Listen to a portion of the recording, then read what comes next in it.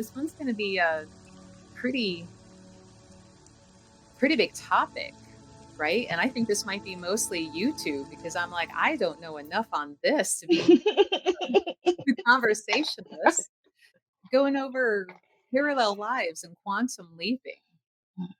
And the only thing I have to offer is like I watched the show Quantum Leap. The original, not when they didn't they try to reboot that not too long ago. I think they did. I Yeah, think they did. I watched But the there original, was the there OG. was another show called The Librarians a few years ago. And Doesn't say even though it was supposed to be stop whatever happening or don't alter the history, but they did go into quantum lives there. wow, parallel lives and quantum leap. How do the two even come together? One sounds very sciency and one almost sounds kind of woo-woo.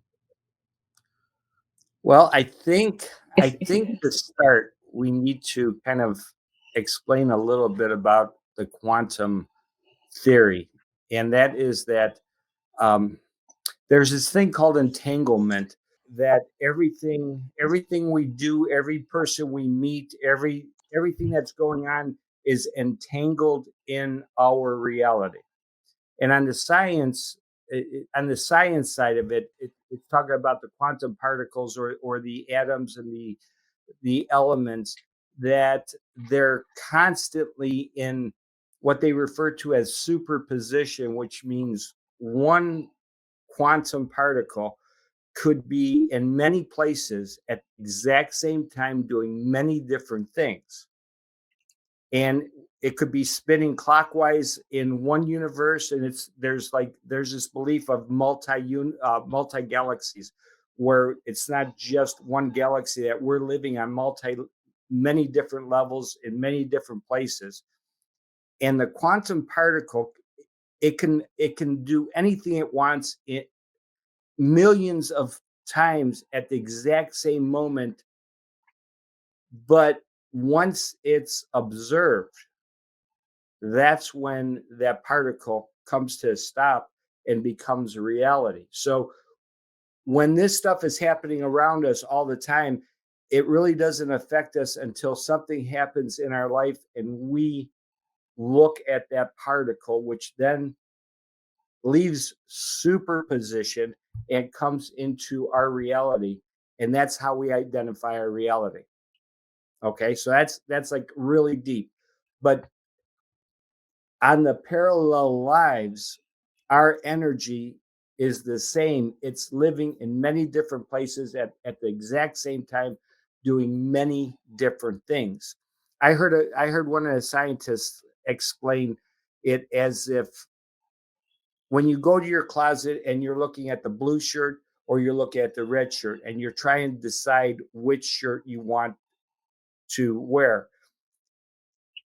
on the quantum level, all of a sudden, those two decisions spawn many different, go in many different directions. They go in superposition, which means everything that could possibly happen wearing the red shirt is going on in the universe. Everything that's happening on if you wore the blue shirt is happening. Okay. Once you decide which shirt you're going to wear, all of a sudden you come out of superposition into a fixed reality, and that's when you start living in that moment, in that time. And in the quantum world, it's believed with the quantum leaping that if we don't like what's going on in this particular moment, we need more information, we want to change something, we could alter our frequency and leap from one reality to another reality and gain that insight and bring it back into our present moment. Does that make sense, Hmm. Maria? Yes. Does it make Yes. sense, Melissa? Are you following us? Well, and even as you said that last bit, it made me think of my shaman teacher, where he had explained going in, imagining, and putting yourself into a position of seeing a change and bringing that forward. So I'm like, I don't know if he intended it to be maybe a little bit on that quantum leap, but that could have been exactly what he was, kind of training us to go do in a way. Yeah, well, because it's your reality is defined in the moment by your frequency. Your frequency is set in place by your thoughts, which means if you don't like what's going on in the present moment, the only thing you need to do is change your thoughts, thus changing your frequency, which then leaps you into another reality. And that's and in essence, that's what quantum leaping is all about. It's about changing our thoughts to move into a new direction to get new results or alter what our present reality is. And the only way of doing that is by changing our frequency, which is changing our thoughts. I mean, the way I understood this when I first came across it, there's multiple thousands and thousands of frequency.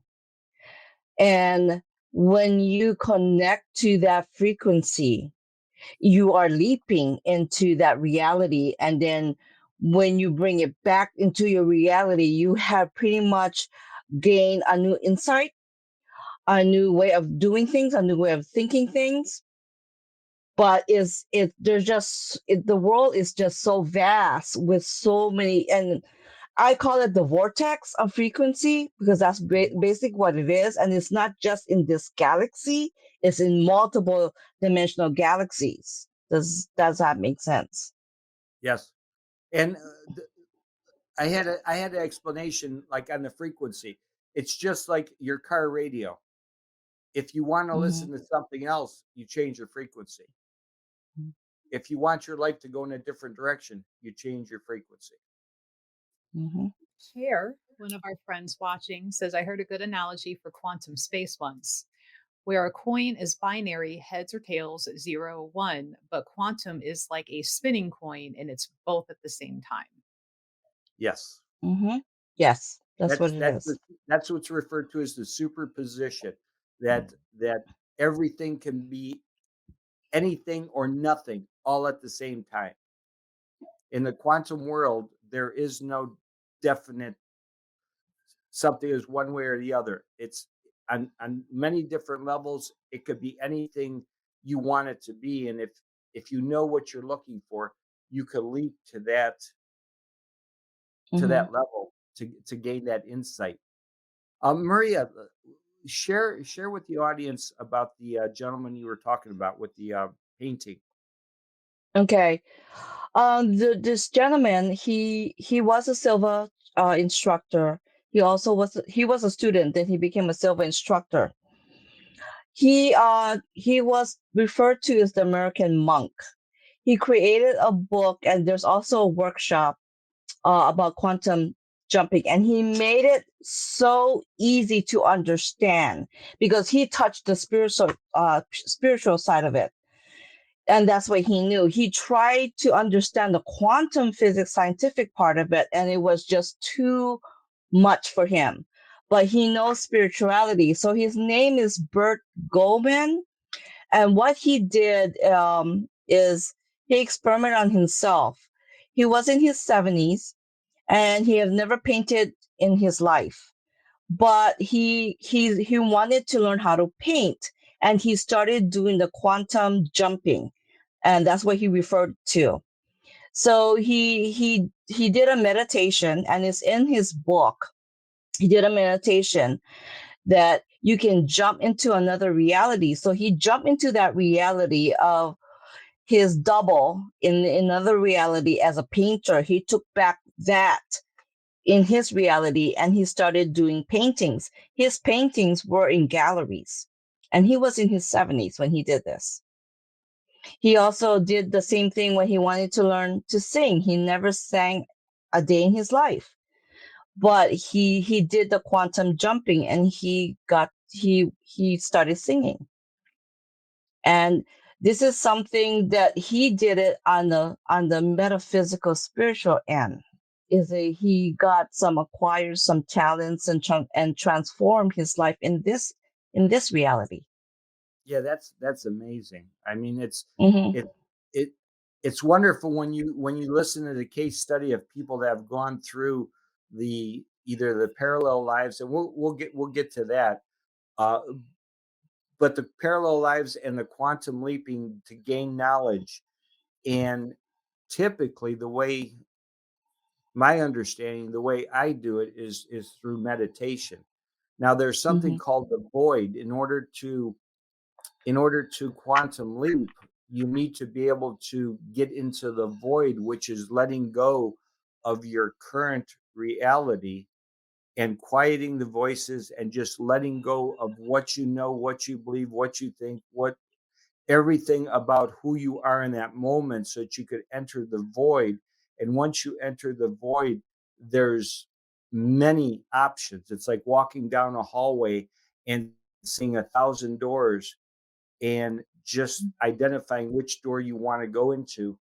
And once you go into that door, you're in a completely different reality, gaining the insight of what that particular level has to offer. And then Hmm. when you come out of trance, you come back into the present moment, you bring that information back with you. Yes. And that is exactly what he did. He did it through meditation, Mhm. and he did it with the intent of what he wanted to learn. So he walks you through a doorway. You know, you go into a meditation, and the meditation you end up going into a trance, basically, Mhm. and then you walk into a doorway, what it is that you want to learn. And he did this numerous times until because he kept on, well, I must have missed something, I must have missed something. So he did this numerous time with the intent of going the painting. He wanted to learn the painting, he wanted to make sure he perfected. So he did this numerous times, and then when he came back, it was to the point that it was a second nature for him. He just picked up the brushes and started doing the paintings. Yes. And I think for most people, the hardest part about it is letting go of their current reality and what their thoughts are, what their beliefs are. It's hard to quiet those voices and get out of this so that we could go there and gain that knowledge. It's an acquired skill, and Mm-hmm. it takes time. There's a I was telling Melissa before there's two really great movies for anybody that wants to dive a little bit deeper into the quantum theory, and the one is What the Bleep Do We Know, which came out in uh, I believe it was the late 80s, early 90s. And then Mm-hmm. years later, the sequel was Further Down the Rabbit Hole, which breaks it down even more. Mm-hmm. And that's a great introduction to these multiple layers, multiple lives, parallel lives for anybody that's looking to dig a little bit deeper.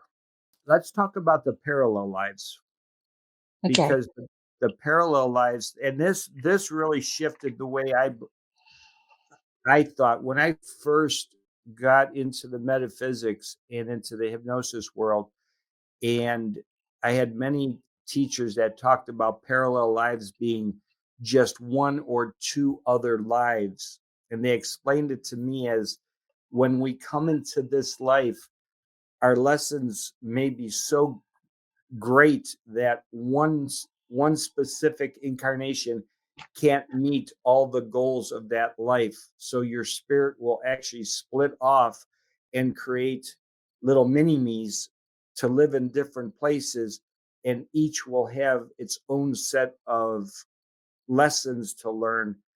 But because we're all part of the same energy, we're all learning together, and all that information is is counting towards this incarnation and the things we have to learn. On the quantum level, it takes that theory and throws it out the window and says, no, it's not just one or two lives. It's like our energy can be in thousands of different places, tens of thousands of different places, living different experiences through entanglement and allowing us to gain all this access through everybody that we've ever met, people that we're going to meet, people that our other energies have met and bringing back to us. Um, so it takes that original thought and really branches it off into a much wider scope that really it becomes really confusing to think that there could be a Hmm. thousand or more of me's out there, but collectively all that information is coming back and we're all in this working on this together. And everybody that I know, you guys, the people that are listening today, we're all part of this entanglement. We're all sharing information, we're all sharing energy. And so we're all part of this quantum theory together on the learning side. Hmm. How I learned about parallel lives, what was brought up to me is a timeline. And I look at the timeline where here's my present. I can go in the past and I can go in the future. I would prefer to go in the future, but you can in hypnosis we delve into this timeline, and I think we touched it in the shaman class also, because I know in pranic healing we talked about it too. There is this timeline, and you can just move the arrow, I guess, the cursor. You can move it back, forth, present. That's how I learned about parallel lives. Yeah. And it is hard because when I first learned about this, or when it was first brought to my attention, I said, "Whoa, this is nuts. This is crazy." But if that's a possibility, that's cool, you know. Mhm. Yes. Well, and on a quantum level, there's no timeline. So what we refer to as 1800s is operating parallel to where we are right now in the 2000s, which is running parallel to what people are experiencing in the 3000 years.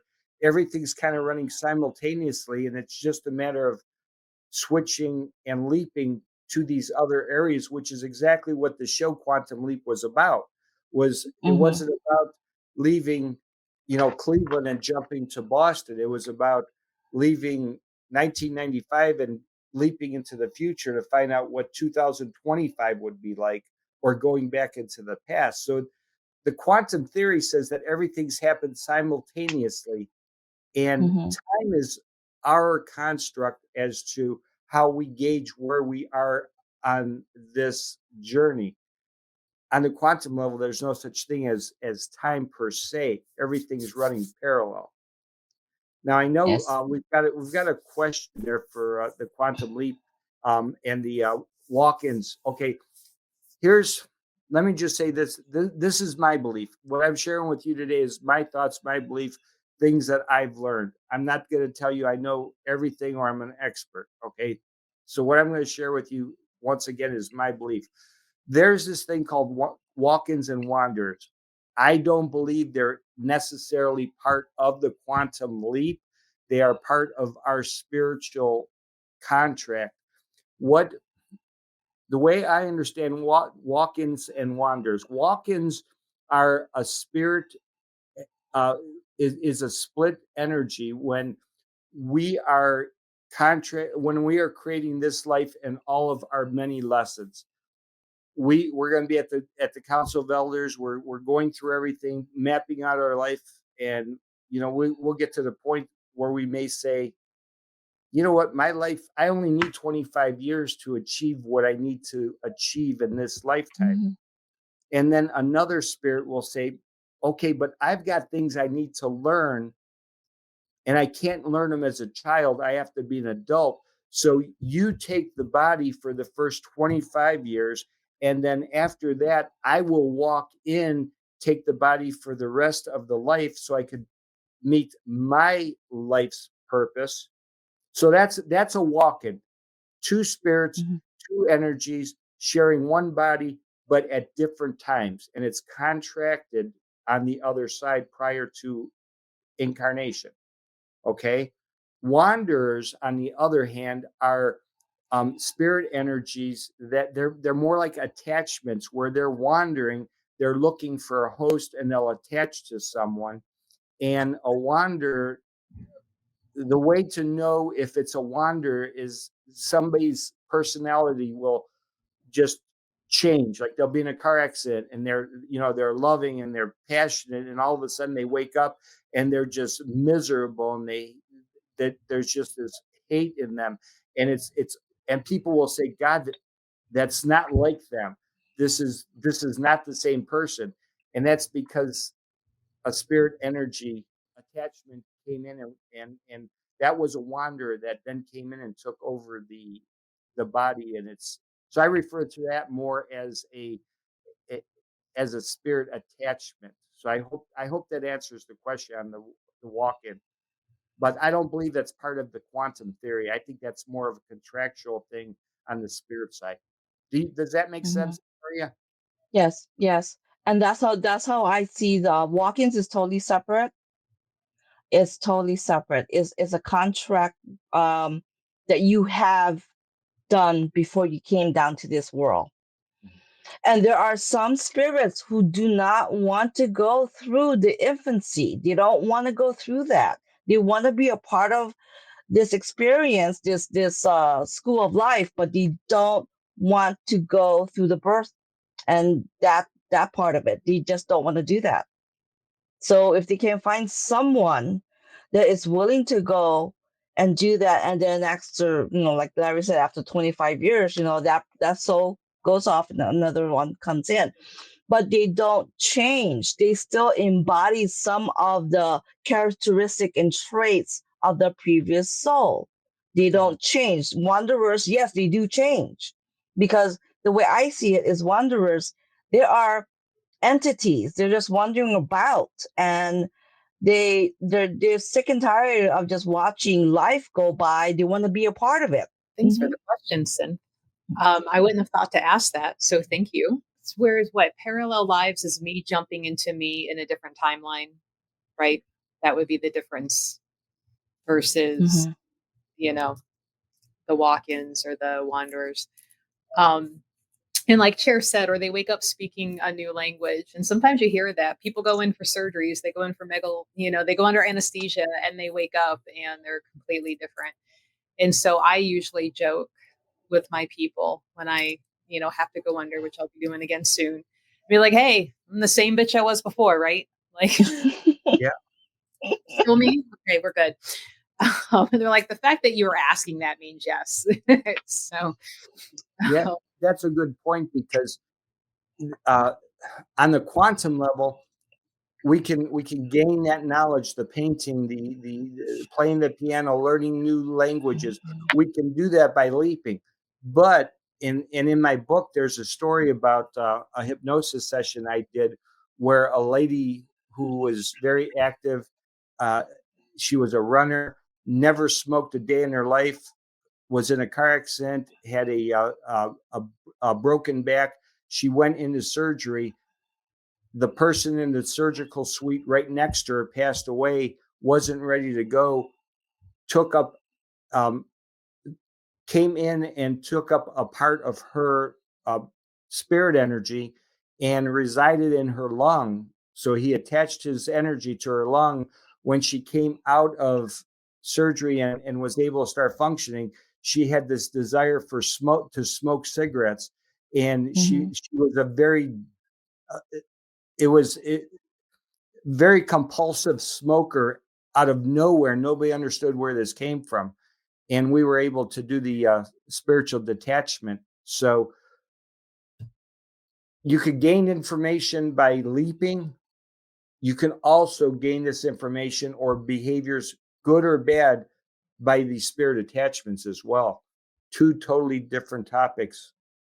But I, Hmm. I thought it was important to kind of differentiate that it could happen either way. And in the metaphysics side, there was this book that I read a long time ago where a person had a transplant and she was eating things that she normally do not eat. And it's because the spiritual essence was in that organ. Mhm. So that needed to be cleared and let that essence of that spirit continue on also. So one of the questions that you guys had in your notes was, how can connecting with a parallel life help someone to heal or grow? And I think maybe you touched that, like you go in and now like you learn to paint, but Hmm. does spiritual practice and learning equate as easily as learning to paint, right? Because spiritual practices like, say, shamanism, or learning Reiki, or, that hypnotherapy, like, is that just as easy to bring back as it is learning to sing, playing the piano, painting? Would You you like? have to be really committed to doing that because it does take a while. Like I said, he went several times back just to acquire because he wanted to perfect it. It's just like any kind of training that you will go through. If you go through Reiki, you go through hypnosis, you go through, any kind of training that you go to.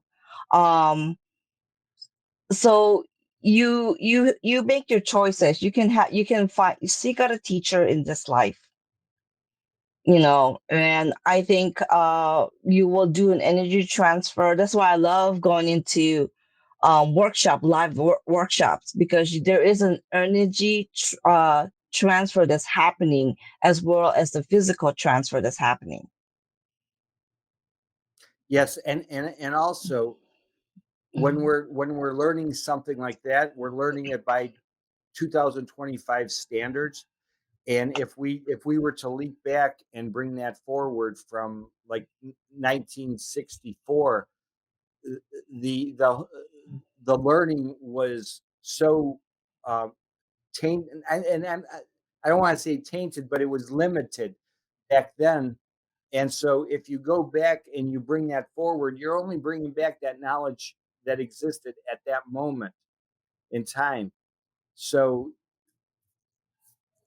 I think, like And you Maria can, said, things that we yeah, want to you, learn, we need to learn them by today's standards. yeah, because I mean, you can get a little bit of the information back in the 1960s, take that back here, okay, and then go ahead and work on it and perfect it. And if need be, to seek out someone who is teaching that, you can combine the two. Unless you want to go into the future, that's also an option also. But you don't know who has perfected it in the future. We don't know it in our timeline, but you can go and ask your guides to guide you through that also. But on the other side of it, I think on the question that Melissa was talking about, by seeking your parallel lives, if you're in a situation you don't understand why why you have where this mental illness is coming from, why you're in all these um, abusive relationships, why you have problems with addiction, you can do a quantum leap to a higher level of yourself to gain that understanding and come back with that clear thoughts and that information to help you get back and heal in this life, so so that you can move forward. Now, what might be some signs that, we might already be slipping between lives and or parallel realities, and may not realize it right away? One of the most obvious I know of is deja vu or dreaming. Um, Hmm. two totally different things, but a lot of times deja vu is something that we've experienced or one of our parallels has experienced, and we're sharing that information. And dream states is once again coming from our higher self, which is connected to all of our parallels and sharing information. And a lot of times we don't understand our dreams because we're not living it. It doesn't always make sense to us, but we need to break it down and um, try to gain some understanding on it. So I think for me, that's the two most obvious in the wake state. Hmm. Yeah. unconsciously, it was taught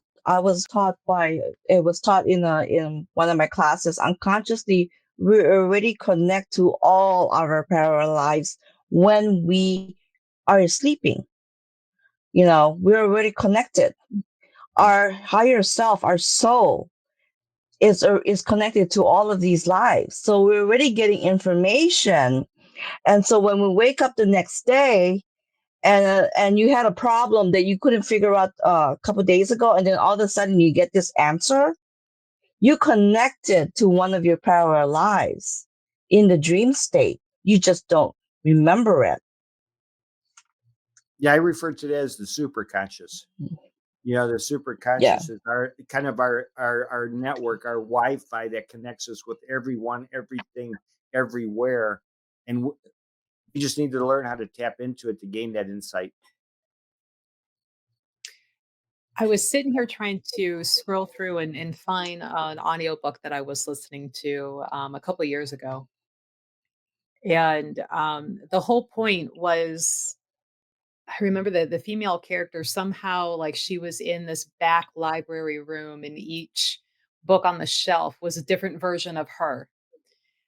And if she thought something was better, she could open up book and be transferred into it and live part of it, but she could come back out if needed. And what I thought was interesting was anytime she jumped into another one of herself, that current her would get brought back to the library. But that body that she is now in would stand there and suddenly be like, why am I here? Why did I come into the room? And I'm like, that must be me constantly forgetting why I walked to the other side of the room because another me came in for some reason. Um, it was pretty interesting. It was a little slower moving, but I'm trying to remember the name and I'm digging through my library app for history, which it won't show it to me. But um, it was like a bestseller a couple of years ago. So I'm like, let me listen to this. But, I'm like, how funny that in a way, whether or not the author maybe intended, like it seems like they were dabbling into some quantum in parallel lives in that Hmm. storytelling. Um, but I do remember that it was like, if you think your life is so bad, go jump into this one, live it, and see what that other person would be going through because of all these other things that are happening from every choice that they've made. And is it really that better to have had, say a bunch of wealth that you don't have now, you know? Hmm. Um, and what she was finding was like, it's not necessarily greener pastures just to have that one thing that you think you're missing. Yeah, we always want better. We always want easier, but there's a Hmm. trade-off. There's a yin and a yang for everything. I mean, when you take one thing, you're gaining everything that is connected with that, good, bad, indifferent. It's we've got to understand when we change something in our life, we're changing everything, and Hmm. that could be a little bit scary at times. Um, because there's altering something is not always the best option. I mean, I always say, if you like who you are, if you like who you are in the moment, you've got to really embrace every bad thing that's ever happened to you because all those things have helped turn you into who you are. The good things, the bad things, every experience you've ever had has turned you into that. If you've leapt into something else and brought something else back, that would change who you are in this moment. So we have to be careful how much we dabble um, Hmm. into what we're trying to gain, because I don't think there's any perfect scenario. Whatever we gain on one level, we're going to lose on another level. So the book was called The Midnight Library by Matt Haig. Oh, okay. So if anybody wants to go track that down. Let's see. And so, Larry, you kind of touched into the next question that we were going to ask is like, can deja vu, sudden inspiration, or dreams be glimpses of parallel lives? So you kind of already answered that one a little bit. Now, have either one of you had experience of jumping or an awareness of a parallel self? I have. I did not know it at that time, and I thought it was just a lucid dream, but I know exactly what's going on. This is when I was back in Hawaii. It really felt so real. but I knew it wasn't my life. But it was very confusing, basically. And the gist of it is, it gave me information that eventually I was going to end up here. I was going to end up in the mainland. I was going to leave the islands. And during that time period, I wasn't ready to leave the islands. But I've had this dream, and it kept on coming to me, like about 4 or 5 times, and I couldn't make out what that dream was, but it felt so real. I saw a city. It wasn't a city in Hawaii. I saw myself walking through the streets of the city. So it was just giving me an idea. Now you can call that premonition, you can call it, but it just felt so real that I was living this life. So either my double was already here living this life, and I was shown eventually I was going to end up there. So yeah, I experienced it. It was very real. Yeah, and I had a similar experience. However, I just like everybody, we've all had really difficult times in our life, and there was a time when I was really contemplating uh, the way my life was going, and I'm not going to say that suicide wasn't an option at that point. Things just seemed to be really at a dark place, and I didn't know where to turn from there. And that was about the same time that I was learning about meditation.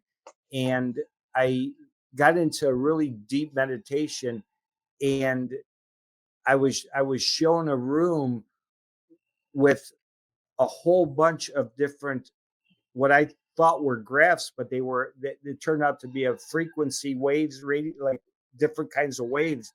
And in essence, when I came back, when I opened my eyes, I I was just told that if you don't like what's happening, you've got to start with changing your thought, because your thoughts are what got you here. Your thoughts are going to be what pulls you out of this. And I started thinking about my life completely different. I wasn't thinking about my life from the dark place I was at. I was thinking about my life from, okay, I'm at ground zero. I can rebuild from here. And if I start rebuilding, anything is better than nothing. So that I started looking up at all the possibilities, because in the quantum world, everything's a possibility. There's Hmm. there's possibilities are endless. Once we set our sights on something and observe it, that's when reality kicks in. But I learned that by changing my thoughts and not focusing on where I was, but focusing on where I wanted to go, all of a sudden that dark cloud started lifting. And since then, I've done a lot of meditations and a lot of leaps into, okay, what does my higher self have to show me for where I need to go, and what are my options? And once I know what those options are, I can come back here and alter my frequency, alter my thoughts based on what I saw in the various leaps as to what my Hmm. options were. No, Larry, you answered earlier that deja vu is one way of realizing that maybe you've been quantum leaping, right? Mhm.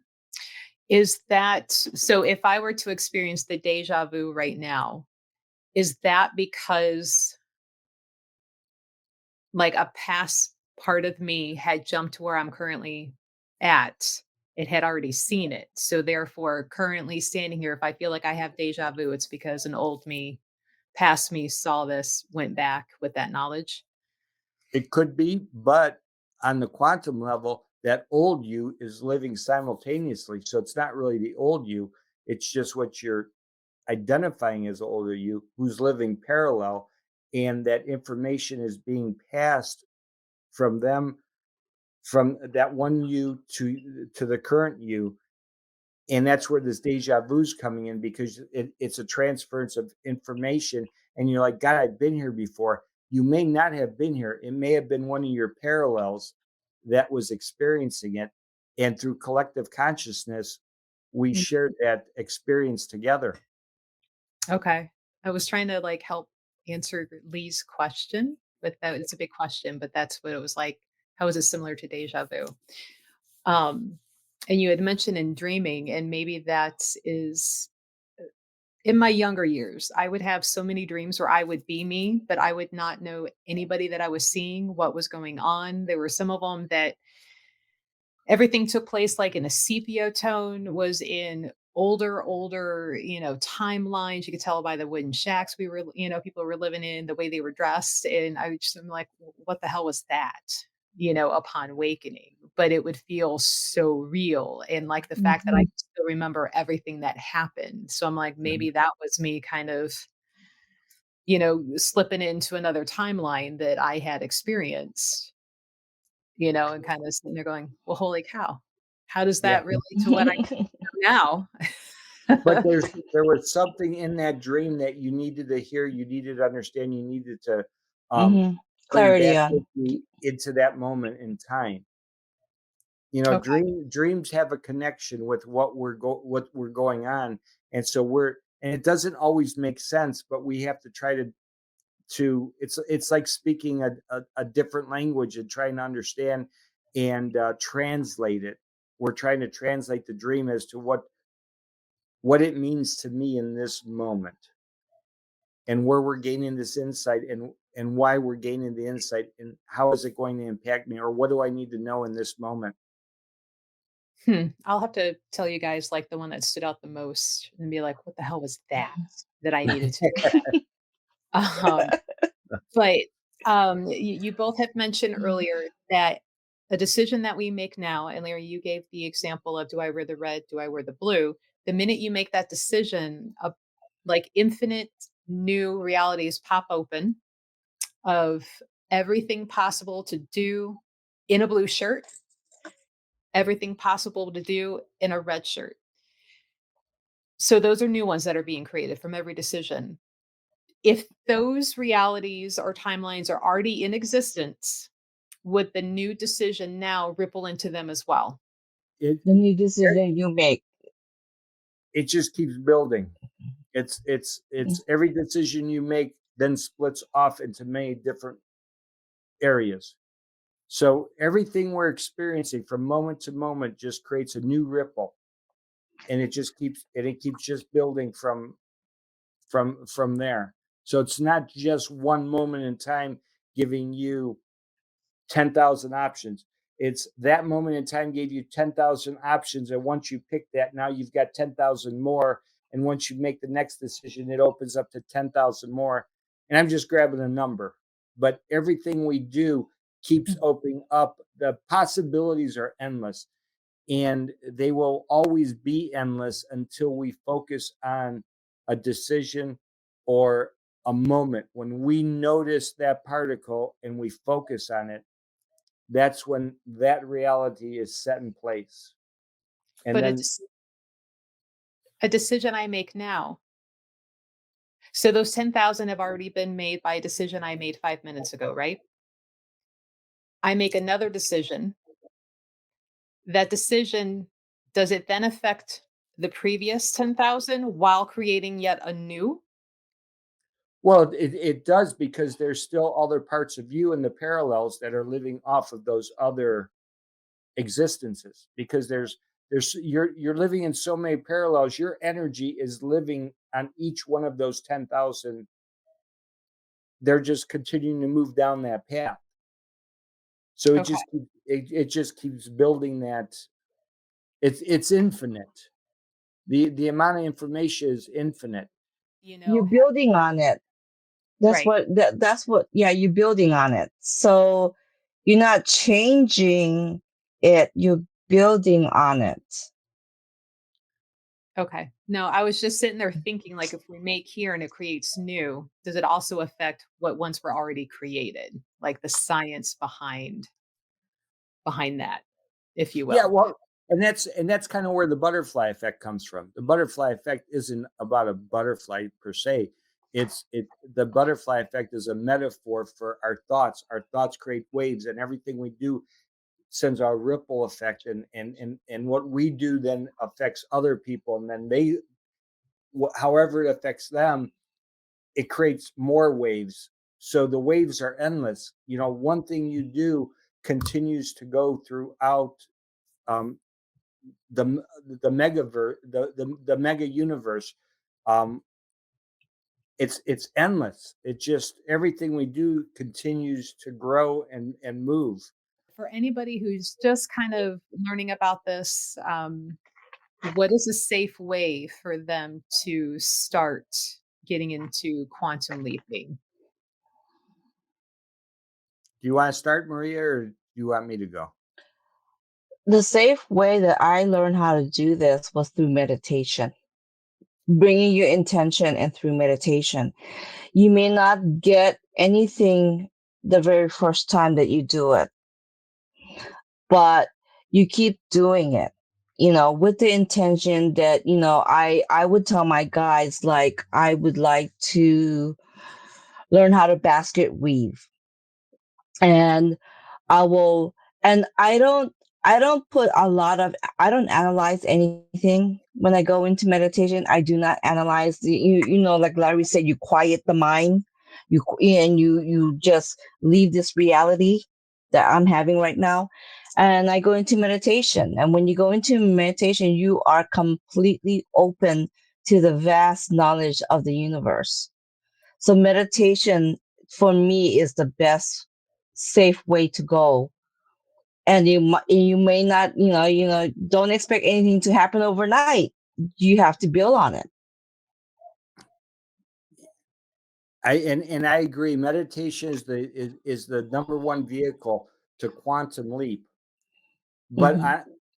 on a very simplistic level, on on a basic level, for people that are learning how to meditate, another way of leaping is by learning to change your frequency by changing what you want and what you want moving forward. So what does that look like? Um, if you're looking at you want to be more, it goes into the manifesting type arena where we have to believe that we can have things, that we're going to have things, and you have to alter your frame of mind to believe that you're moving in a certain direction. And as soon as you can get away from the past and start focusing on where you want to go, that gives your subconscious mind the ability to leap into that new you and create that new reality, which then you could bring back into your current reality and um, alter the direction you're going. So it's the easy way is changing your thoughts, because our thoughts create our reality. If you don't like what's going on in your life, you got to look at it different. By changing the way you look at things, alters the way you're going to respond to things, and it alters the way you're going to view these things and how you're going to get past them. So on the basic quantum level, it all starts with your thoughts, which is a parallel to the meditation, because in order to meditate, you've got to quiet your mind and alter your thoughts to what you want. So the meditation is a little bit deeper. Does that make sense, Melissa? Yeah, it's kind of like setting the attention and the purpose of Hmm. what you're actively now wanting to search for to help guide where you need to go in that meditation to the proper life to bring back what you're looking for, is Yes. how Hmm. I just understood all. Yes. Yes. Now, Yes. are there any safety protocols that need to happen while doing this? No drugs or alcohol while you're doing it. Yes. You need to, and Yes. that's, there's a lot of people that like psychedelics and different things like that because they feel like it lets them go. That also opens you up to a lot of things that you really don't want to have to face or have to deal with. So you need to be of sound mind and body to be able to do this safely. So, to help with the meditation, what about our friends that might have the monkey mind and the ADHD mind? What can they do to help focus in for that meditation? It's a practice. You just keep working at it. You've got to keep working at it. It's the hardest thing to do is that very first deep meditation. Once you get there, the first thing you're going to think about is, did I really experience that? Was that real? But you've got, that's your conscious mind trying to cancel out what you've experienced. So Mhm. it's about accepting it, even though it may not make sense to you in the moment. It's about accepting it for what it was and what you've experienced, and keep building on it, because we're really quick to say, yeah, that didn't happen, or I just created in my mind, when in reality you're learning a new skill. Meditation comes easy for some people. It's very difficult for other people. If you've got a very active mind, if you're stressed, if you've got a lot going on in your life, it's very difficult to quiet the mind and focus on an intention of where you want to go and what you need to do. But you got to keep working at it. You've got to keep working at it. And is there a length of time to sit in meditation? There isn't. I know people that can meditate and do whatever they want in 3 to 5 minutes. I know other people that will sit and meditate for hours. It's whatever's right for you. The shorter amount of time, the easier it is to stay focused. Longer meditations takes a lot deeper discipline. For myself, I can meditate for half hour, 45 minutes like that. Okay. I start getting into the hour and a half meditations. My mind starts checking in and saying, okay, you know what? You've got other things that you need to do. You need to come out of this. And we've got things. So even for me, there's times where it becomes difficult, but the length of meditation isn't important. It's the depth of meditation that's important. I found for me, because I have a hard time sitting still and meditating. I also have a hard time doing yoga, which is slow and meditative, right? Go figure. I rather lift weights than do yoga. What I found to work for me was kind of like, I guess they would call it like an active meditation, where I would go 2, 3 times a week and go do like a 5K outside of my house, outside in nature. And I found that if let's say prosperity was like, I want more prosperity in my life and for my business.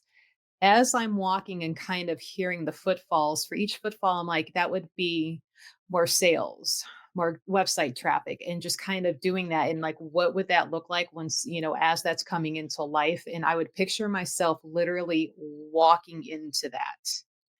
So in a way, I Mhm. give my mind the ability and the permission to wander, but in a certain time or like boxed frame of, you can wander at how that prosperity would look like to bring it in. You're not allowed to wander over about the laundry and the dishes. You can wander Mhm. what it would be to be able to hire like the housemaid to take care of those for you now. And so just, doing that with those footfalls is almost like that metronome to help keep the mind Mhm. concentrating on that, and doing like an active meditation to walk into that. So that helped me because I can't sit still. I'm either going to fall asleep on you or I'm going to check out and I'll be mentally doing so many other things besides that sit and be quiet. I just know me.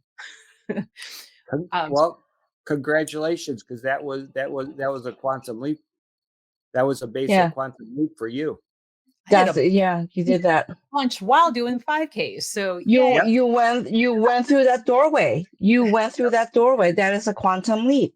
A lot of us are doing this and we don't really realize that what we're doing. Um, I started learning about meditation by starting listening to my breath, because your breath has a rhythm. And if my mind starts to wander, when I start to meditate, I just pay attention to my breath.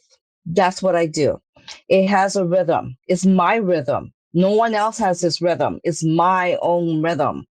Yours was the foot. Mine is the breath.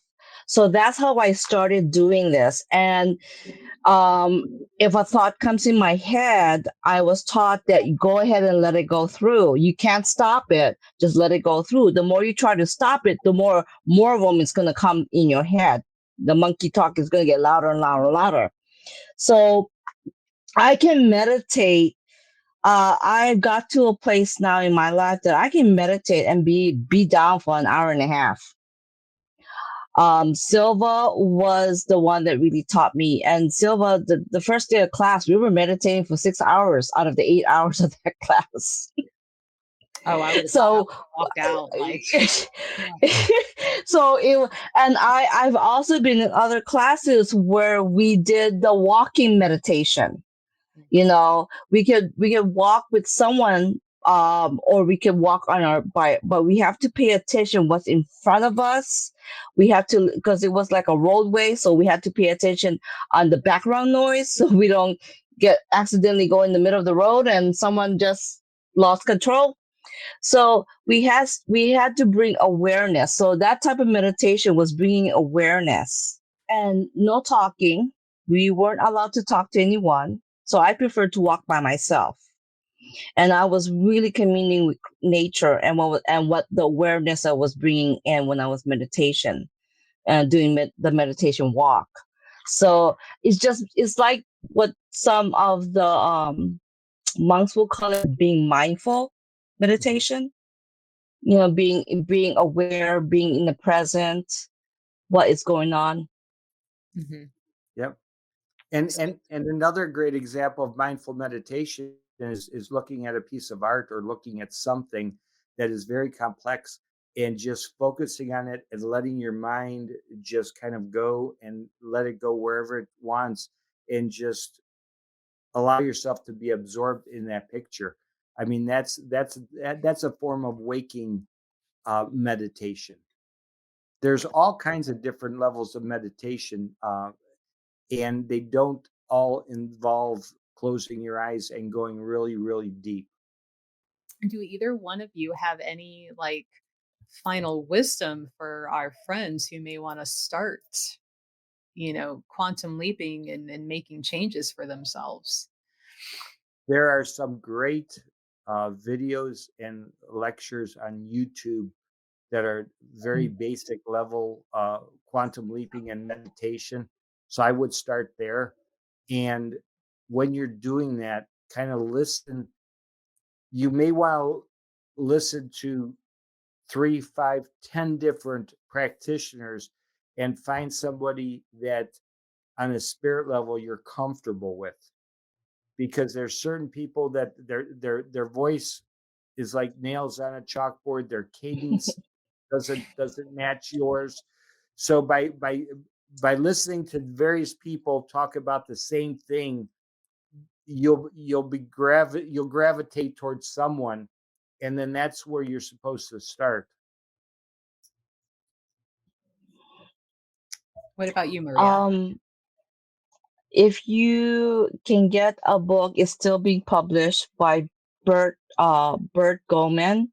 He talks about quantum jumping, and that book, like I said, is he brought it down to a level where you can understand it. Um, that is one way you can have more information about it. A great deal of what quantum, like I said, we're doing it anyway when we asleep. We're doing it anyway. We leave our body, we commune with our other soul particles and we get information. Now it's time to be aware to do something that you might want to learn. Thank you And guys for joining us. start What's that? slow and start slow. Yes, yes, Just build on it. Now, if you're local and you want to come in, you can bug Larry and Maria at different times of the month about quantum stuff. And if they're not with the client, I'm sure they'll be happy to talk about it.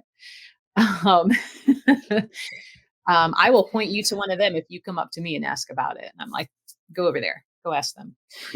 I Um, love this subject. I love this subject. It's just so fascinating. but, well, I'm just like, holy cow! I was kind of doing it a little bit without even realizing it. I'm like, cool, Mhm. yay! Yeah. it, I just there's a phrase when I started looking into quantum theory. There's a phrase that kind of sums it up. I just love it. And it says the a lack of evidence does not necessarily mean something doesn't exist or doesn't happen. Mhm. It just means Mhm. we haven't found the evidence yet. Because a lot of times people will say, "Well, show me the evidence." Some things we just don't have that evidence yet. We haven't uncovered, but we're still working towards it. Right. We just haven't figured out in this current mentality of learning how to Mhm. conduct the proper experiment to find the evidence or to Right. prove the evidence that it's not a thing, So Yep. the great thing about science, it's always learning and always, giving us new results. Um, well, thank you guys for joining us for a very fun, semi tip of the iceberg talk on parallel lives and quantum leaping. I was going to say semi in depth, and I'm like, no, we didn't go very deep. No, no. Probably the tip of the tip. Right. So I think we're going to have to check all of our schedules and go in for a part 2 to this because I did see our friends who are with us tonight say yes, please, for a part 2 and more in depth. Chair's like there is no tip. But we hope you guys can join us again next Tuesday evening for another episode of The Healer's Corner. Next week, we will be going into gemstone healing with Maria Celeste, Gems by Spiritual Dancer. She's a very fun lady. She talks with these rocks like they're her people in her room, and it's amazing and to watch her do it at shows and just her facial expressions because her face is speaking the conversation she's having. It's adorable. Um, so we hope you can join us. And if you have questions about gemstone and healing, that is the time to bring those questions to us. But we will see you guys next time. Bye-bye. Bye-bye. Bye. Thank you.